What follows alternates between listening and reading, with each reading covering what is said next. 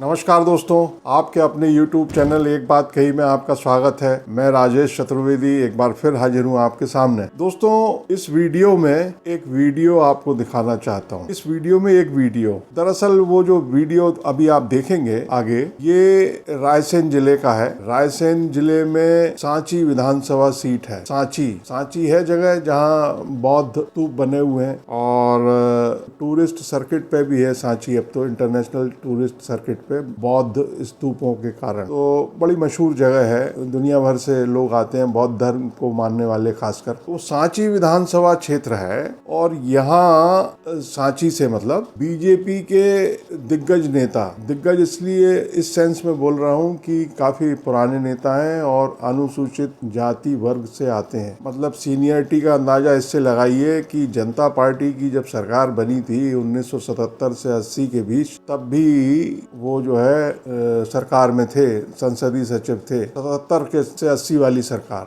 तो आप कल्पना कीजिए कि मतलब कद्दावर और वरिष्ठ और मतलब क्यों कहा जा रहा है, हैवीवेट मंत्री रहे डॉक्टर गौरी शंकर सेजवार। तो ये जो वीडियो है ये उन्हीं की सुनाई हुई एक कहानी का है और पिछले साल माने दिसंबर 2022 का है ये वीडियो। उनका जन्मदिन था डॉक्टर गौरी शंकर सेजवार का, 25 दिसंबर 2022 को। तो ये वीडियो तब पिछले साल भी चला था, लेकिन इस बार फिर वायरल हो रहा है ये, क्योंकि इस वीडियो को अब 1 साल हो जाएगा दिसंबर में। चूंकि चुनाव आ गया है राज्य का, मध्य प्रदेश विधानसभा का, सरकार चुनी जानी है। तो ये जो कहानी है ये फिर से याद इसलिए आ गई क्योंकि सांची जो डॉक्टर सेजवार का निर्वाचन क्षेत्र रहा है, सालों हो गए। पिछला जो इलेक्शन था 2018 का, वो उनके चिरंजीव बेटे मुदित सेजवार ने लड़ा था। वो इसलिए लड़ा था क्योंकि कुछ स्वास्थ्य की दिक्कतें थी, तो डॉक्टर सेजवार की जगह पार्टी ने, माने बीजेपी ने मुदित सेजवार को उम्मीदवार बनाया था। हालांकि वो चुनाव हार गए थे। हार किससे गए थे? कांग्रेस के डॉक्टर प्रभुराम चौधरी से,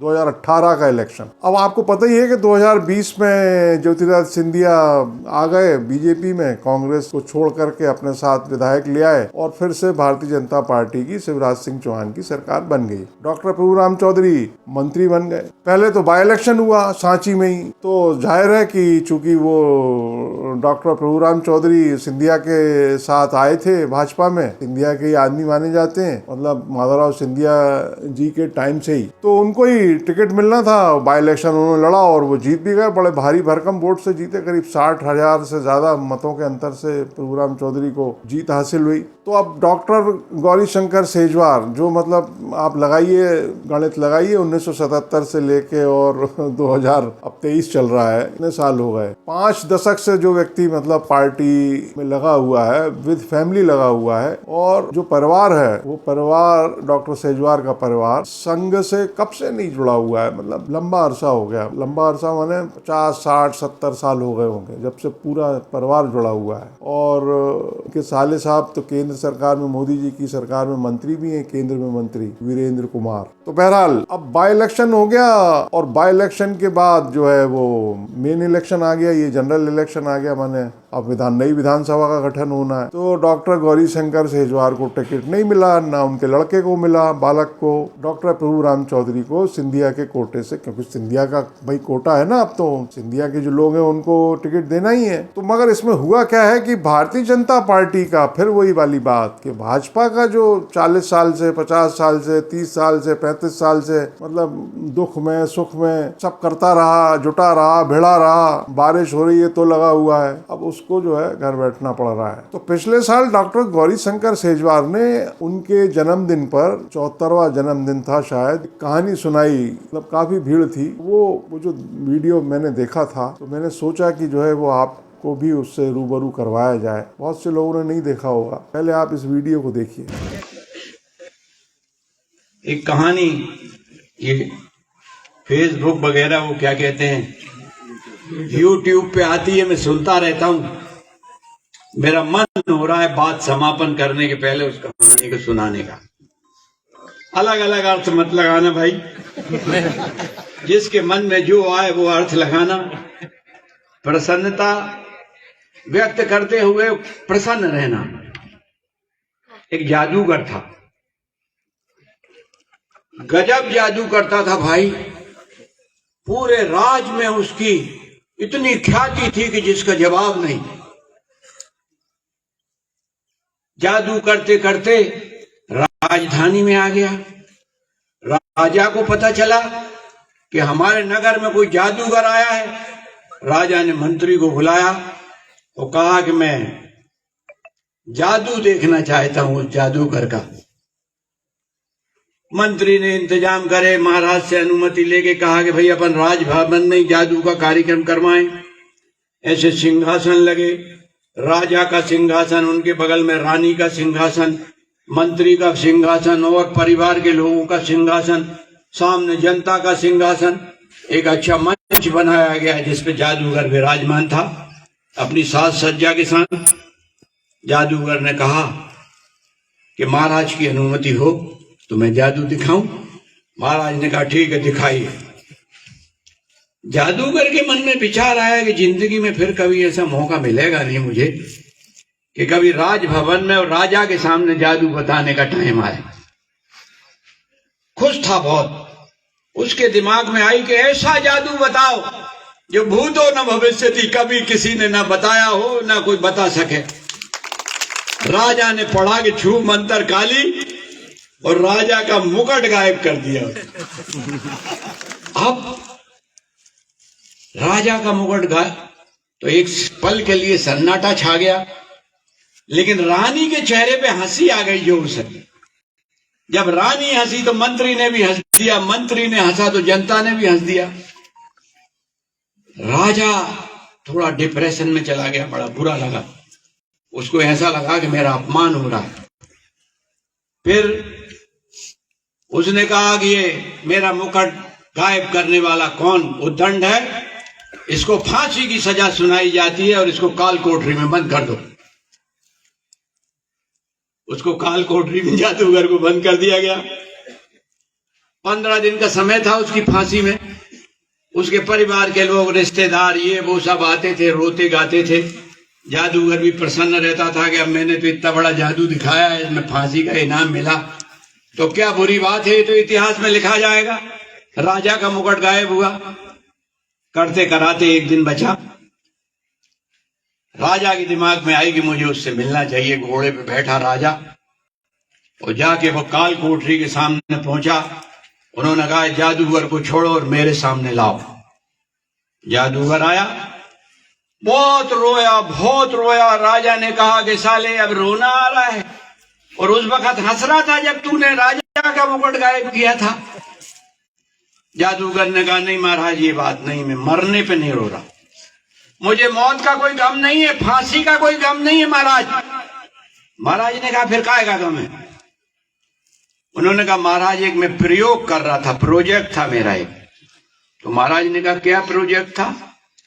बोले ये घोड़ा उड़ेगा और सवार इस पे बैठेगा और सवार तलवार लेके मैदान में गर्दनें काटते हुए पूरी फौज का सफाया कर देगा सामने वाली का। राजा ने पूछा क्या मेरा घोड़ा भी उड़ेगा? बोले महाराज आपका भी उड़ेगा। राजा एकदम, उसके दिमाग में बात आई कि यदि जादूगर ने ये प्रयोग सिद्ध कर लिया तो मैं दुनिया में सबसे बड़ा विजेता कहलाऊंगा। और उन्होंने कहा कितने दिन लगेंगे तेरे प्रोजेक्ट में? उन्होंने कहा महाराज 1 साल।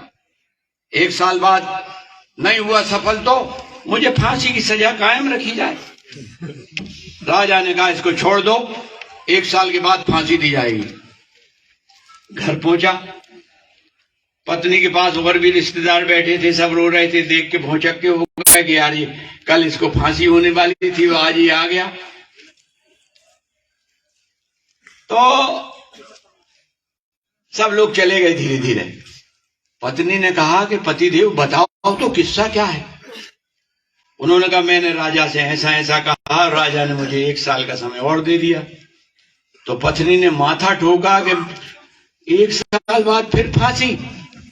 तो उसने कहा भगवान इंतजार कर, 1 साल का समय बहुत होता है, तू देख 1 साल में राजा भी मरेगा और घोड़ा भी मरेगा।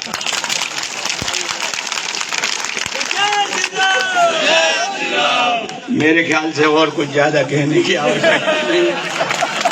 आप सबका बहुत बहुत हृदय से स्वागत करता हूं। आपने इतना मेरा स्वागत किया, अभिवादन किया, इसके लिए बहुत बहुत सबको हृदय से धन्यवाद। जो बड़े हैं उनको प्रणाम करता हूँ, मित्रों का अभिवादन करता हूँ। बहुत बहुत धन्यवाद। जय श्री राम, जय श्री राम। तो इस वीडियो में डॉक्टर सेजवार ने सब कुछ कह दिया। फिर आप कहेंगे कि पिछले 2 वीडियो में चूंकि सांकेतिक भाषा का बड़ा जिक्र किया गया था, अब आप इसको संयोग कहिए या मतलब अब ऐसा बन गया कि सांकेतिक भाषा ही है इसमें भी डॉक्टर गौरीशंकर सेजवार की। राजनीति में क्योंकि भाई पार्टी छोड़ के जा नहीं सकते, पार्टी से बगावत कर नहीं सकते हैं, लेकिन जो तकलीफ है, जो दर्द है, तो जाहिर होगा ना किसी मतलब जरिए से, बहाने से जाहिर होगा। अब ये भी छूट है, मतलब उन्होंने कहा भी इस वीडियो में कि आपको जो अर्थ निकालना हो निकालिए, मगर तनाव में मत आइए, खुश रहिए। लेकिन सच बात क्या है कि इतना लंबा राजनीतिक जो है उनका करियर रहा, पार्टी एक तरह से पार्टी को जिन लोगों ने खड़ा किया उसमें डॉक्टर सेजवार का नाम आता है और लिया जाना चाहिए। और कारण भी है इसका कि मतलब पता ही नहीं किस किस मौके पे क्या क्या भूमिका अदा की होगी। इस श्रृंखला के या इस श्रेणी के भारतीय जनता पार्टी में तमाम नेता हैं, तमाम कार्यकर्ता हैं जो इस दौर से गुजर रहे हैं। तो उन्होंने क्या कहा है, कहानी जो सुनाई कि भाई जादूगर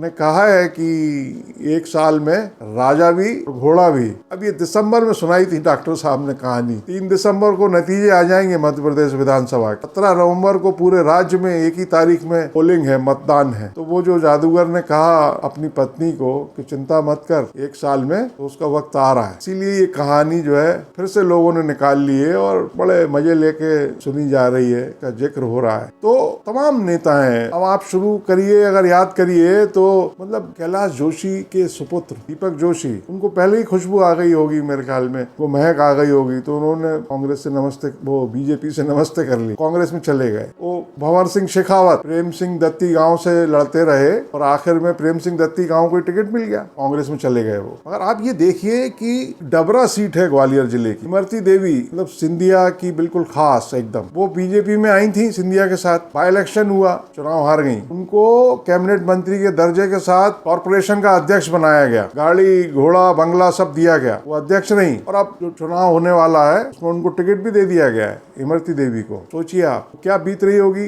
भाजपा के कार्यकर्ता पे। गृह मंत्री नरोत्तम मिश्रा तो लड़ाई लड़ ही रहे हैं, क्यों लड़ रहे हैं, डबरा के रहने वाले हैं, उनकी पुरानी जमीन है, मतलब राजनीतिक जमीन, उन्होंने काम किया है, पार्टी के लोग हैं बरसों बरस से, अब उनको घर बैठना पड़ रहा है, उनकी सारी आशाएं सारी उम्मीदें एक झटके में खत्म। और तो और वो एक दूसरी सीट है भितरवार, जो परिसीमन में मतलब डबरा से का कुछ हिस्सा उसमें गया है। भितरवार में जो है बीजेपी के कई लोग लगे हुए थे, बेचारे मेहनत कर रहे थे, मगर उनको निराशा हाथ लगी और इमरती देवी से ही जुड़े इंडिया के एक व्यक्ति को भारतीय जनता पार्टी ने टिकट दे दिया। बीजेपी के जो लोग हैं ओरिजिनल, वो क्या करें बेचारे। तो ऐसी स्थिति कई जगह है और ये जो कहानी है ये मतलब इतनी जगह लागू होगी। और कितने लोग भारतीय जनता पार्टी के, ये जो जादूगर ने कहा है कि 1 साल में घोड़ा भी और राजा भी। तो बहरहाल इस वीडियो में आपको ये बड़ी रोचक और दिलचस्प कहानी बतानी थी, क्योंकि इसका समय भी आ गया है और अभी भारतीय जनता पार्टी ने 94 सीटें डिक्लेयर नहीं की हैं। इनमें 67 वो हैं जहां अभी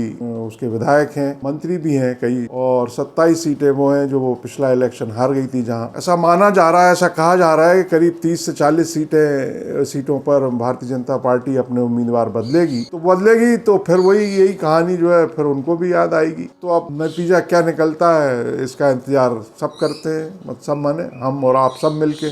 नमस्कार। मगर आपसे आग्रह है कि इसको लाइक करें, शेयर करें और कमेंट बॉक्स में ये जरूर बताएं कि आपका क्या कहना है, ये जो डॉक्टर सेजवार ने कहानी सुनाई थी इस बारे में क्या कहना है। और अगर चैनल सब्सक्राइब ना किया हो तो कृपा करके चैनल सब्सक्राइब कर लें, इससे हौसला बढ़ता है। नमस्कार।